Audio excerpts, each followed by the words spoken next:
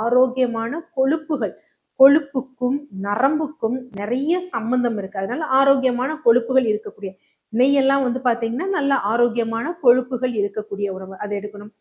கீரை வகைகள் போன்ற விஷயங்கள் எடுக்கணும். விட்டமின் டி ரொம்ப முக்கியம்.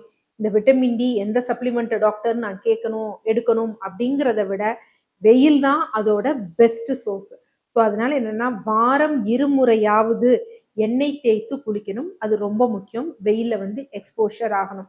யூஸ்வலா இந்த ஃபிட்ஸ் வருது பாத்தீங்களா, அந்த மாதிரி நோய் இருக்கிறவங்களுக்கு சில பேருக்கு மருந்துகள் கொடுத்தா கூட ஃபிட்ஸ் கண்ட்ரோல் ஆகாது.